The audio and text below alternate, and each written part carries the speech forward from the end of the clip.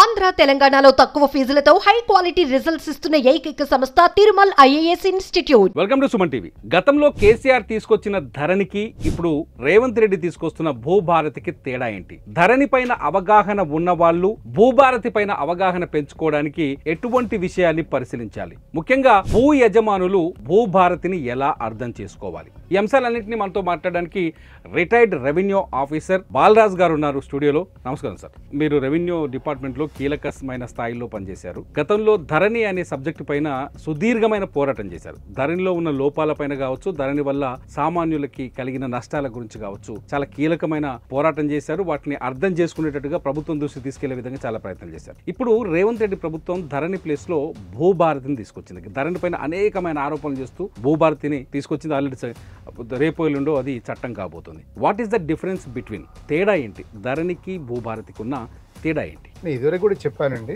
Dharani it's a good tool.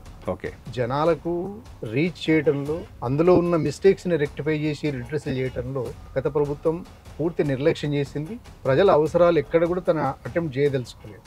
అందుకని ఎప్పటికప్పుడు వచ్చిన సమస్యలు పరిష్కరించడంలో నిర్లక్ష్యం వహించింది. కాబట్టి ధరణి ఫెయిల్యూర్ అనేది మనం పాయింట్అవుట్ చేసాం బాగా.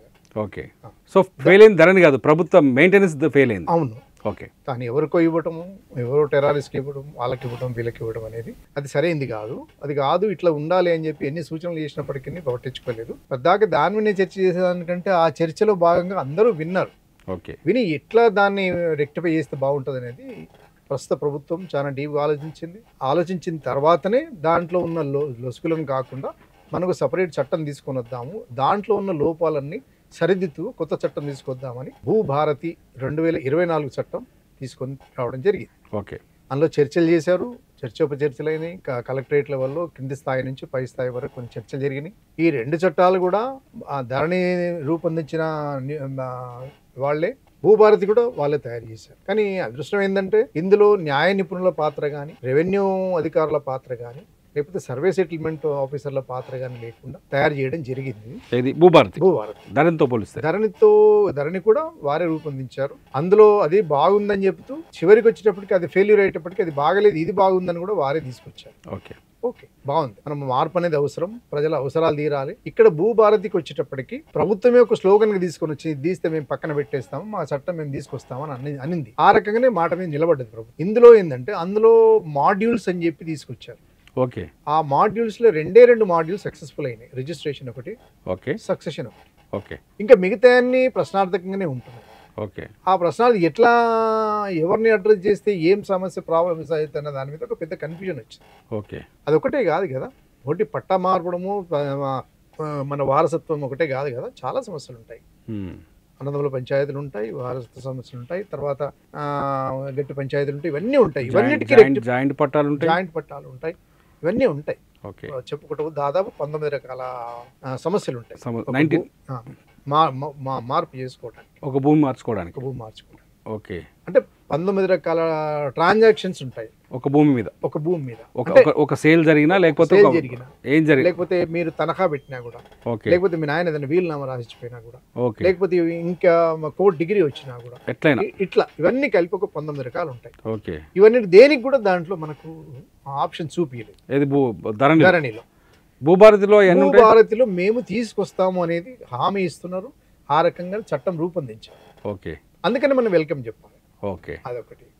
ఇంకొకటి ఏంటంటే ధరణి అనేది మిషనరీ, అది ఇట్లా చూమంతర్లాగా ఇట్లా అనగానే మొత్తం ప్రాబ్లమ్స్ సాల్వ్ అయిపోతాయి అని చెప్తూ అదే ప్రచారం చేశారు. Even chief executive government of Telangana కూడా సోమేష్ కుమార్ గారు కూడా ఈజీగా చెప్పేశారు. ఆయన మాట్లాడేటప్పుడు ఎట్లా మాట్లాడారంటే చాలా రైతులను కొంచెం ఎక్కిరించినట్టుగానే మాట్లాడారు. అది ఇప్పుడు ఎప్పుడైనా రాష్ట్రానికి chief minister of state, chief secretary of state, chief justice of state, ఈ ముగ్గురే కదా ప్రధాన పాలకులు. అయితే వీళ్ళలో ఇంత బాధ్యత రహితంగా మాట్లాడిన చీఫ్ సెక్రటరీ అది సరైనది కాదు, అట్లా మాట్లాడవలసింది కాదు. అట్లా మాట్లాడుతూ దాన్ని ఏ రకంగా కూడా అన్ని బాగున్నాయి అన్నందుకు ఏది బాగలేదనేది జనం ప్రూవ్ చేసి కాబట్టి మనం ఇది తీసుకొని వచ్చినాం. ఇది మొదటి అంశం. రెండోది ఏం చేసిందంటే ఇప్పుడు భూమి కొలతలు పదే కొలుమని చెప్పి మనం చెప్పినాం. 1930లో తీసుకోవడం మెజర్మెంట్స్ మళ్ళీ ఇప్పటిదాకా 100 సంవత్సరాలు అయింది. ఇప్పుడు భూమి కొలిచి. ఓకే. అది నిజాం ప్రభుత్వం సలార్జింగ్ ప్రైమ్ మినిస్టర్ ఆఫ్ హైదరాబాద్ గా ఉన్నప్పుడు ఆయన డెసిషన్ తీసుకుని హైదరాబాద్ కొలిచి దానికి మంచి టీపన్ బుక్ తయారు చేసి సేతువారు తయారు చేసి ఇవన్నీ తయారు చేసి పెట్టిండే. అదే తప్ప ఇప్పటివరకు ఎవరు చేయలేదు. గవర్నమెంట్ ఆఫ్ ఇండియా పాలసీ తీసుకుంది భూములని కొలత లెక్కలు ఉండాలి. ఎవరన్నా తీసుకుంటారు, ఆల్ అని కాదు. Government of will say government of India. Government of India ప్రపంచానికి జవాబు చెప్పాలి కాబట్టి గవర్నమెంట్ ఆఫ్ ఇండియా మన ప్రతి భూమి కొలుసుకుందామని అనుకున్నారు. ఆ కొలుసుకునే క్రమంలో తెలంగాణ గవర్నమెంట్ కు 400 కోట్ల వరకు శాంక్షన్ చేసింది, మీ భూమి కొలిపియండి. తెలంగాణ మొత్తం తెలంగాణ మొత్తం కొలువు, ప్రతి ఇంచు భూమి కొలువమని అన్ని బాగా అక్షాంతర ఎగ్జాంపుల్ తర్వాత లాంగిట్యూడ్ లాటిట్యూడ్ ఇవన్నీ పెట్టి మీరు కొలవండి అని చెప్పి వీళ్ళు సర్వే ఆఫ్ ఇండియా వాళ్ళకి చెప్పి మీరు లోకల్గా ఉండే అడ్మినిస్ట్రేషన్ తీసుకోమని చెప్తే 80 కోట్లు ఏమో డ్రా అయినాయి, ఫండ్స్ అని మళ్ళీ రిటర్న్ వెళ్ళిపోయినాయి, భూమిని కొలవలేదు. ఇప్పుడు భూభారతి ఏమంటుందంటే మేము కొలుస్తాము, ప్రతి కమతానికి మేము నంబర్ ఇస్తాం. గుంట అరగుంట ఇంటికి ఇంటి ముట్టిన స్థలానికి ప్రతి ప్లాట్ కి వీటిని కూడా మేము నంబర్ ఇస్తాం. ప్రతి పార్సల్ కి ప్రతి పార్సల్ కి మేము నంబర్ ఇస్తాం. దాన్ని యూనిక్ నంబర్ చేస్తాం, దానికి భూదార్ నంబర్ అని ఇస్తాం.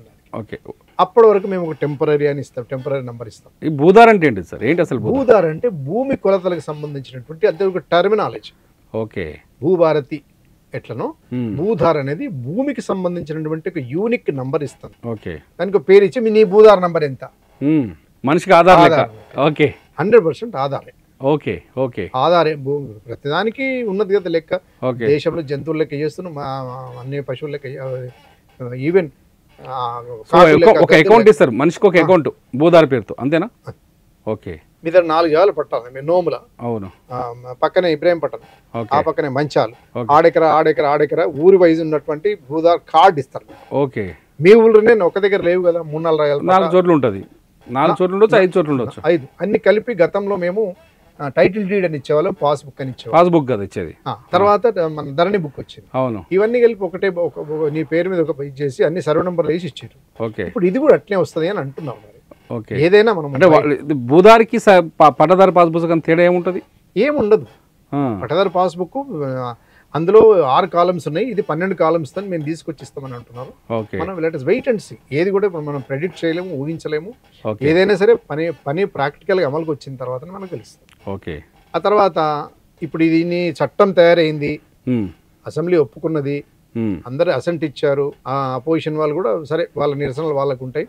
ఇప్పుడు చట్టం అయింది, గవర్నర్ ఆమోదం వస్తే అయిపోద్ది, రాజముద్ర పడుతుంది, బయటకు వస్తుంది, దాన్ని అమలు చేస్తుంది. సార్ ఒక చిన్న డౌట్, మొదటి నుంచి ధరణి మీద అనేకమైన ఆరోపణలు చేశారు. ధరణిలో ఈ భూముల్లో స్పష్టత లేదు, ప్రభుత్వ భూముల్ని అది చేశారు, అటవీ భూముల్ని అది చేశారని చెప్పేసి ధరణి మీద చాలా ఆరోపణలు చేస్తూ వచ్చింది ఇప్పుడున్న కాంగ్రెస్ ప్రభుత్వం, గతంలో ప్రతిపక్షం ఉన్నప్పుడు. సో ఇప్పుడు ఒకవేళ భూభారతి వస్తే అందులో కూడా ఇటువంటి ఇష్యూస్ వచ్చే అవకాశం ఉన్నాయా? భూభారతిలో ఉండే మీకు కనిపిస్తున్న నెగటివ్స్ ఏంటి, ధరణిలో ఉన్నవి భూభారతిలో ఉండనివి ఏంటి? ఇందులో చాలా ఫ్రీడమ్ ఇచ్చారు. ప్రతిదీ చెక్ చేసుకోవచ్చు. అందులో సీక్రెసీ మెయింటైన్ అయ్యింది. ఆ సీక్రెసీ తాళాలన్నీ కలెక్టర్ గారికి ఇచ్చారు. అవును, గతంలో విఆర్ఓని అడిగితే విఆర్ఓ తప్పులు చేశారు, చాలా తప్పులు చేశారు, వాళ్ళ పనిష్ కూడా అయ్యింది. కానీ ఇప్పుడు అట్లా కాదు, నువ్వు డైరెక్ట్ తీసుకుపోయి కలెక్టర్కి ఇచ్చిన తాళం చేయి. కలెక్టర్ ఏం చేసింది ఎవరికి తెలుస్తుంది? మీ ఊళ్ళో ఒక చిన్న తప్పు విఆర్ఓ తప్పు చేసిన ఎమ్మిట పట్టుకొని బెదిరిస్తావు, ఏమో చేస్తావు, చేయించుంటావు. కలెక్టర్ తప్పు చేస్తే ఏం చేస్తావు? సచ్చినట్టు రోజు చెప్పులు తిరగాలి, అంతే కదా. నేను అంటే కలెక్టరు ఒక ఎఫిషియంట్ బ్రెయిన్, అవును, తెలివైన, ఆయనకు 100 పంచాయతీలు కదా, నెలకల్లా దాదాపు 120-130 మీటింగ్స్ కండక్ట్ చేయాలి. ఈజ్ అడ్మినిస్ట్రేటర్ కదా, 100 పంచాయతీ. గవర్నమెంట్ క్యాబినెట్ డెసిషన్ తీసుకుంటే దానికి చెప్తారు, ఈ పనులు చేయించమని చెప్తారు, ఆయన మీటింగ్ పెడతారు, డిస్ట్రిక్ట్ ఆఫీసర్ చెప్తారు, అయిపోతుంది, రిజల్ట్ తీసుకుపోయి ఇవ్వాల్సి వస్తుంది గవర్నమెంట్. తప్పదు. ఆయన అంగుట జామ్ చేసింది గవర్నమెంట్. అవును, తమ్ ఇంప్రెషన్, బయోమెట్రిక్. అంటే ఇప్పుడు నేను పాయింట్ ఎక్కడికి వస్తున్నా అంటే మీరు డిఫరెన్స్ ఏంది అన్నట్టు. అయితే వీళ్ళు పవర్స్ యాజ్ యూజువల్గా ఆర్డీఓకు, కలెక్టర్కు ఇస్తామంటున్నారు. అది అవి కొన్ని వెల్కమ్ చెప్పదగ్గరగా ఉన్నాయి. అంటే ప్రాక్టికల్గా రూల్స్ ఫ్రేమ్ అయ్యి ఎగ్జిక్యూషన్ అయ్యేటప్పుడు ఏమైనా తప్పులు జరిగితే మళ్ళీ నేనే మీ దగ్గరికి వచ్చి చెప్తాను, నేను వదిలిపెట్టాను. ఖచ్చితంగా మీరు చేయాలంటే కూడా నేను గొడవ పెట్టి మరి చేసుకోండి. మనం వీఆర్ ఆల్ సమాజంలో కొంత చదివి కొంత జ్ఞానం సంపాదించిన వాళ్ళం ఉన్నది అన్నట్టు చెప్తాను. నేను అందుకనే ఫస్ట్ ఏమన్నా, నేను ధరణి ఈజ్ ఎ గుడ్ టూల్. మన అమెరికాలో ఉన్నా, లండన్లో ఉన్నా, జపాన్లో ఉన్నా నోముల తిరుమల రెడ్డి భూమి లేడు నేను కొట్టుకొని చూడొచ్చు. గతంలో ఆప్షన్ లేకుండా విఆర్ఓ ఫోన్ చేసి చెప్తే ఫోటో తీసి పంపిస్తుంది, అది లేదు. ఇప్పుడు ఈ ధరణిలో అది వచ్చింది. భూభారతిలో అది అది కూడా ఓపెన్ అది పెడతా అంటుండు ఎట్లా వస్తుంది అనేది ఇంకా మనం బయటికి రాలే.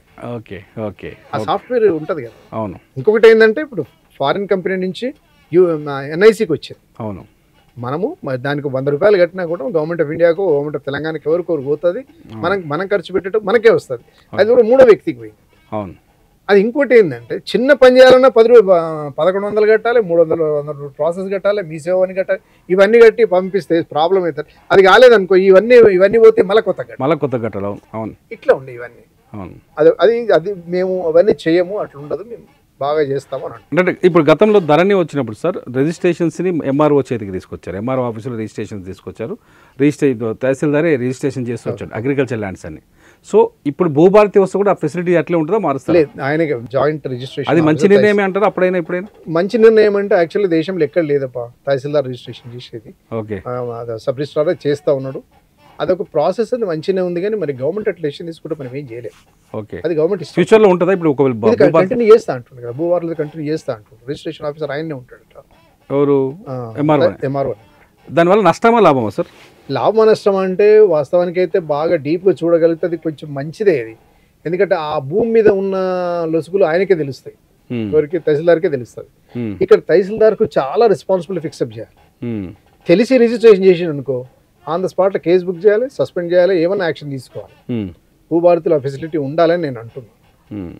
సార్ గతంలో మనము ధరణి వచ్చినప్పుడు అటవీ భూములపైన స్పష్టత ఇవ్వలేదు, ప్రభుత్వ భూములపైన స్పష్టత ఇవ్వలేదు. గతంలో ఎవరికైతే పవర్ చేతిలో ఉంటుందో, ఎవరైతే ఆ ప్రభుత్వాన్ని మేనేజ్ చేయగలిగిన వాళ్ళు ఉంటారో వాళ్ళు ప్రభుత్వ భూములు కొట్టేశారనే ఆరోపణలు కూడా ఉన్నాయి. రేపు భూభారతి వచ్చినప్పుడు అటువంటి ఆప్షన్స్ ఉంటాయా? మళ్ళీ అటువంటి సిచ్యువేషన్ వస్తే చట్టం తెచ్చిన ట్రాన్స్పరెన్సీ అంటుండు మొత్తం. ఓకే. ఎక్కడ ఏం జరిగేది మీ అందరి సమక్షంలో జరుగుతుంది. ఓకే. విఆర్ఓ ఉంటాడు, విఆర్ఐ ఉంటాడు, పవర్స్ అన్ని ఆయన దగ్గర ఉండే కదా, కలెక్టర్ గారి దగ్గర ఉండేది వరకే. కాబట్టి ట్రాన్స్పరెన్సీ లేదు. ఇప్పుడు అన్ని ఉంటాయి అంటుండు. కాబట్టి లెటస్ హోప్ పాజిటివ్ అంతే.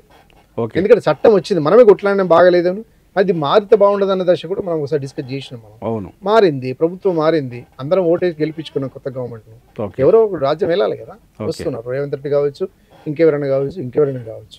మరి మారుస్తామంటారు, మార్పును మనము వి మస్ట్ వెల్కమ్ కదా. ఇప్పటి వరకు అకామిడేట్ చేసిన విధానాలు కావచ్చు, రూల్స్ కావచ్చు, భూభారతిలో గతంలో ధరణితో పోలిస్తే చాలా మార్పు కనిపిస్తుంది. దాదాపు అదేమో 33 ఉండే, ఇది 6తోనే ఫినిష్ చేస్తా అంటున్నాడు. విఆర్ఓలను తీసుకుంటా అంటున్నాడు, సాదా బైనామా పెడతా అంటున్నాడు. తర్వాత ఇది అప్పలేట్ అథారిటీ ఎంఆర్ఓ నుంచి ఆర్డీఓ నుంచి అవి తీసుకుంటా అంటున్నాడు. ఇవన్నీ చేస్తా అంటుండు. కాబట్టి మనము ధరణిలో లేని ఫెసిలిటీ ఇందులో ఉంటాయి అనే మాట మనకు హామీ ఇస్తున్నాడు. కాబట్టి we must welcome the Bhubharati. గతంలో ధరణి ఉన్నప్పుడు గ్రామకంఠం కావచ్చు, లేకపోతే ఆబాదీ భూములు కావచ్చు, వాటిని రిజిస్ట్రేషన్ చేయలేదు. కానీ ఈసారి భూభారతి వస్తే వాటిని రిజిస్ట్రేషన్ తర్వాత చేస్తామంటున్నాడు తిరుమల గారు. ఏంటంటే మనం ఆబాదిలో ఏమైనా రిజిస్ట్రేషన్ చేయాలంటే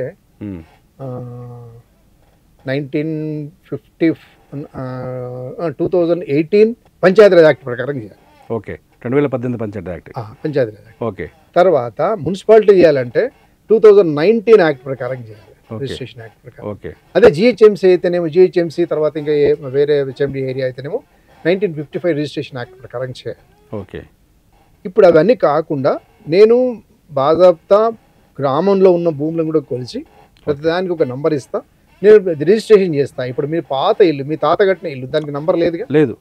దాని తర్వాత నాయన అనుభవిస్తున్నాడు, అంతే, మీ నాన్న అనుభవిస్తున్నాడు, మీరు కూడా అనుభవిస్తారు, దానికి నంబర్ లేదు. రెండు ఏంది, మున్సిపల్ ట్యాక్స్ కట్టుకుంటారు, కరెంట్ బిల్ కట్టుకుంటారు, అంతే, ఏదైనా కట్టుకుంటారు. ఇప్పుడు మీరు ఎవరికైనా నమ్మాలంటే ఎట్లా అమ్ముతారు? అవును, డాక్యుమెంట్ లేదు. దాని డాక్యుమెంట్ సృష్టిద్దామంటారు. ఒకవేళ రిజిస్ట్రేషన్ చేస్తే ఇది చాలా మందికి బెనిఫిట్ అయితే గవర్నమెంట్ రెవెన్యూ వస్తుంది. మొత్తాన్ని రెవెన్యూ కావాలి కదా, గవర్నమెంట్ అధికారం వస్తుంది కదా, చట్టం ప్రకారం హక్కు వస్తుంది. సో ఏది గ్రామకంఠం కానీ ఆబాది కానీ చేయడం ఇది గుడ్ డెసిషన్ అవుతుంది కదా. Good decision. సో ధరణిలో ఈ ఫెసిలిటీ లేకుండా లేదు. ఓకే, కొత్తగా ఇంట్రొడ్యూస్ చేసారు వీళ్ళు, మరి అది ఎట్లయితే చూడాలి. మరి ఏదైనా ప్రాక్టికల్గా ఎగ్జిక్యూషన్ దీనికి ఇంకా 3 నెలలు పడుతుంది అంటుండు. ఓకే. అప్రూవ్ రాగానే 3 నెలలు పడుతుంటు. 3 నెలల ఫ్రేమ్స్ అయితే కావో 1 month 30 అయినా పర్వాలేదు, మరి అది ఎట్లా చేస్తారో చూడాలి. కానీ ఈ లోపల జరిగే ట్రాన్సాక్షన్స్ పట్ల రెస్పాన్సిబుల్ ఎవరనేది కూడా సమస్యనే. ఇప్పుడు చట్టం రాకముందు ఈ లోపల ధరణి ఒకవేళ సార్ ధరణిలో ఉన్నప్పుడు ఏం జరిగిందంటే కొన్ని అటవీ భూముల్ని కౌంట్లోకి తీసుకోలేదు, అటవీ శాఖకు సంబంధించిన భూముల విషయంలో అవకతవకలు జరిగాయి, లేకపోతే లిమిట్స్ లేవు, బార్డర్స్ సరిగా లేవు. చాలామంది ప్రజాప్రతినిధులు కూడా చూసాం మధ్యలో ఈ అడవిలో ఉండే గిరిబుడ్ బిడ్డలతో గొడవ జరిగింది, వీళ్ళు పోయి ల్యాండ్ మాది ఇక్కడ వరకు ఉందని చెప్పారు. అవన్నీ ఇందులో కవర్ చేసే ఛాన్సెస్ కనిపిస్తున్నాయి. చూడండి, పెసా చట్టం 1950 ఎంత మంచి చట్టం అంటే అది అడవి బిడ్డల భూములు వాళ్ళ బాగోగులు అన్నీ కూడా పెసా చట్టం ప్రకారంగా అక్కడ ఉండే గ్రామ పంచాయతీ డిసైడ్ చేయాలి. ఓకే, 5th షెడ్యూల్ ఏరియా అని చెప్పి కొంత ఏరియా ఇయర్ మార్క్ చేసారు, అది కేవలం వాళ్ళ కొరకే ఇవ్వాలి. ఓకే, పాత 1959 ప్రకారంగా అయితే ఎట్టి పరిస్థితుల్లో other than tribals non tribal ఎట్టి పరిస్థితుల్లో కొనకూడదు. ఓకే, అవును, 1/70 ప్రకారంగా ట్రైబల్ టు నాన్ ట్రైబల్ కూడా కొనవద్దు. ఓకే, ట్రైబల్ టు ట్రైబలే కొనుగోలు చేయాలి. ఓకే, ఓకే, వీళ్ళను నాకు ఇంత మాడిఫై చేసి ఇంత పెద్ద ఎక్సైజ్ చేస్తున్నటువంటి ఇంత పెద్ద 2024 దాంట్లో ఓకే ఆదివాసుల గురించి పల్లెత్తు మాట లేదండి. Okay, it is the most unfortunate thing of the Bhubharati. Okay, okay, వాళ్ళ భూములపైన సెక్యూరిటీ లేదు, వాళ్ళ భూములని అటు వాళ్ళ మీద రెవెన్యూ వాళ్ళ పెత్తనం, అటవీ వాళ్ళ పెత్తనం.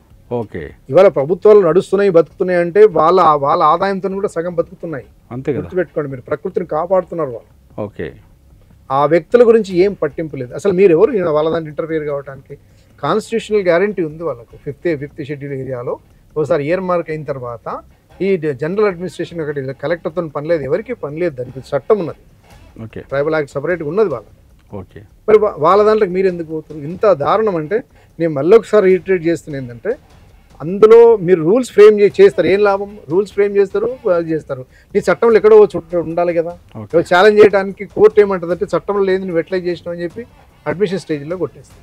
ఓకే, సో ఛాన్సెస్ ఉన్నాయి, ఏది భూభారతిలో ఆ లోపం కనిపిస్తుంది ఇప్పటికైతే, ఖచ్చితంగా కొట్టొచ్చు కనిపిస్తుంది. ఇప్పటికైతే మీరు ధరణిలో అసలు దాని అడ్రస్ లేదు, దాని ఊసే లేదు, కానీ కొత్త చట్టంలో దాన్ని చేయమని వాళ్ళు కొంతమంది పోయిరట, వెళ్ళి అడిగారు వాళ్ళు. ఓకే, మన హైకోర్టు ఫ్రెండ్ ఉన్నాడు కానీ రమేష్ అని, ఓకే, అబ్బాయి ఫోన్ చేసిండు, సార్ మాది అసలు ఏమీ లేదు, 2-3 రోజుల నుంచి ఎంటబడ్డాడు ఆయన, ఒకసారి డిస్కస్ చేయండి sir. High court advocate, senior advocate, ఇంకొక ఆయన వేరే అబ్బాయి కూడా వాళ్ళు ఊరికి అడుగుతూ ఉన్నారు, అసలు మేము మనుషులను చూడదలుచుకోలేదా, 8% ఉన్నాం సార్, ఓకే, మా ఓట్లు కావాలి, మా అన్ని కావాలి, కానీ మా గురించి మాట్లాడకపోతే ఎట్లా ఈ చట్టాలు. సో మొత్తానికి భూభారతి ఈజ్ బెటర్ దెన్ ధరణి అంటారు ఫైనల్గా? ఫైనల్ ప్రాక్టికల్గా అమల్లోకి వచ్చిన తర్వాత అన్నిటికీ వెసులుబాటు ఇచ్చేస్తున్నాయి, అది ప్రతిదీ చేస్తా అంటుండే, మరి చేసేటప్పుడు వచ్చే ఏంది అనేది ప్రాక్టికల్గా చూడాలి. సక్సెస్ అయితే మనము మంచిగా మాట్లాడుకుందాం, అయితే సేమ్ మళ్ళీ ధరణి టైపే మళ్ళీ మాట్లాడుకోవచ్చు, బాగలేదు మార్చాలి అని చెప్పి అడుగుదాం మనం.